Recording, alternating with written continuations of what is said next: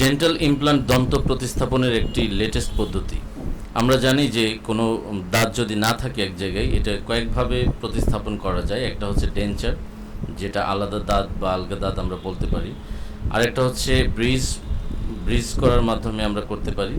আর বর্তমান প্রযুক্তিতে সবচেয়ে লেটেস্ট সেটি হচ্ছে ডেন্টাল ইমপ্লান্ট। আমরা দেখতে পাচ্ছি যে এই এক্স-রের বাম দিকে একটি জায়গায় একটি দাঁত নেই, যেটা আমাদের মেডিকেল ল্যাঙ্গুয়েজে আমরা বলি ফার্স্ট মোলার। তো এই দাঁতটি আমরা রিপ্লেস করতে পারি ডেন্টাল ইমপ্লান্ট করে। আসুন দেখি যে কিভাবে ডেন্টাল ইমপ্লান্ট করা যায়। এখানে আমরা প্রথমে মিউকোজাল একটি ইনসিশন দিই, যেটাকে এই মিউকোজাল ফ্ল্যাপ সরিয়ে তখন বোনসের মধ্যে আমরা এই ইমপ্লান্টটা প্লেস করি। এখানে মিউকোজাল ফ্ল্যাপ সরানো হচ্ছে। তারপরে আমরা গাইড ড্রিল দিয়ে প্রথমে আমরা ড্রিল করি এবং আমাদের দুই দাঁতের যেই মাঝখানের জায়গা, এটা ঠিক মাঝখানে আমরা এই ড্রিলটা করি এবং এই ড্রিলটা করার পরে আমরা অ্যাঙ্গুলেশন চেক করি যে অ্যাঙ্গুলেশন কীরকম হয়েছে। উপরের টিথের সাথে এটার যে সম্পর্ক, এটা আমরা চেক করি। তারপরে আমরা আস্তে আস্তে একটু বড় শেপের ড্রিলে যাই। এটা হচ্ছে আমাদের প্যারালালিজম দেখার জন্য। পাশের দাঁতের সাথে আমরা প্যারালালিজম দেখি এবং উপরের দাঁতের সাথে এটার সম্পর্কটা কীরকম হবে, এটার অ্যাঙ্গুলেশনটা কীরকম হয় সেটা দেখি। আমরা উপরের ফার্স্ট মোলারের একদম মিউজিয়াল কাস্পের মধ্যে দেখলাম যে এটার অক্লুশন এবং এটার পজিশন খুবই সুন্দর। আস্তে আস্তে আমরা এটিকে বড় করে নিচ্ছি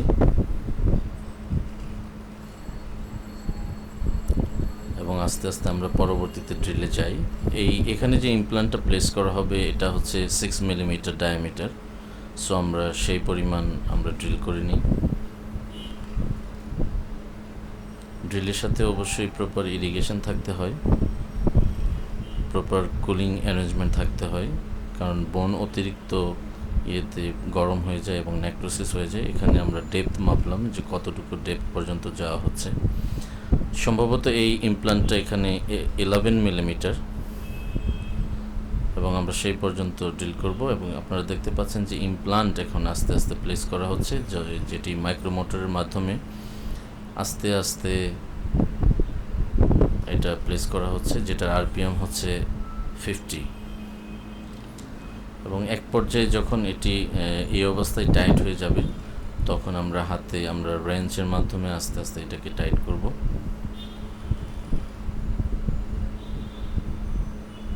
এবং ইমপ্লান্টটা সাধারণত এমনভাবে প্লেস করা হয় যেন কখনো এটাতে টাচ না লাগে কোনো কিছুর, এবং ইমপ্লান্ট প্লেসমেন্ট পুরোটাই হতে হবে, স্টেরিলাইজেশন খুব ভালো হতে হবে, স্টেরিলাইজেশন টেকনিক খুবই ভালো ফলো করতে হবে। এখানে প্রপার স্টেরিল কন্ডিশনে করতে হবে, তাইলে ইমপ্লান্ট খুব ভালোভাবে হবে।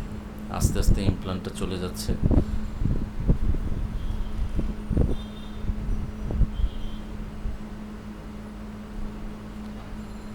এখন আমরা এখানে রেঞ্জ ইউজ করব। দেখতে পাচ্ছি যে রেঞ্জের মাধ্যমে এটাকে আরেকটু ভিতরে ঢুকিয়ে দেওয়া হচ্ছে টাইট করে।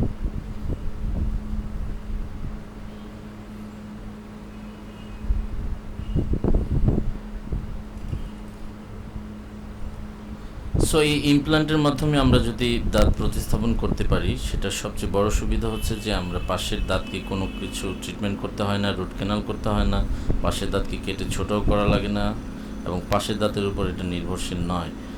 সো এই প্রসিডিউরটা খুবই ভালো। আমরা দেখতে পাচ্ছি যে ইমপ্লান্টটা খুবই সুন্দরভাবে সেট হয়ে গেছে। এই অবস্থায় দুটো কাজ করা যায়। একটা হচ্ছে যে কেউ কাভার স্ক্রু দিতে পারে, আমি এখানে কাভার স্ক্রু দিয়ে দিয়েছি।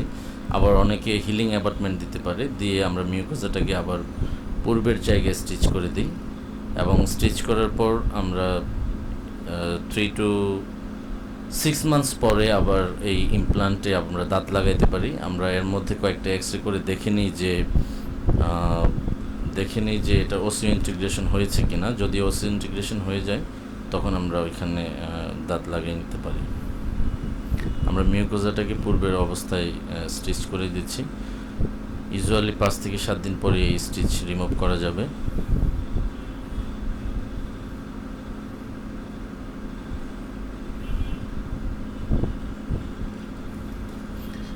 খুব সুন্দর সুন্দরভাবে স্টিচ হয়ে গেল এবং আমরা পরবর্তী এক্সরেতে ফলো আপ এক্সরেতে দেখলাম যে এই ইমপ্লান্টটি খুব সুন্দরভাবে প্লেসমেন্ট হয়ে গেছে এবং কিছুদিন পরে আফটার 3 মান্থস আমরা আবার এক্সরে করব, এক্সরে করে এটার গায়ে বোনের যে গ্রোথ দেখতে পাবো, তাইলে এটা আমরা ইমপ্লান্টে দাঁত লাগাইতে পারবো।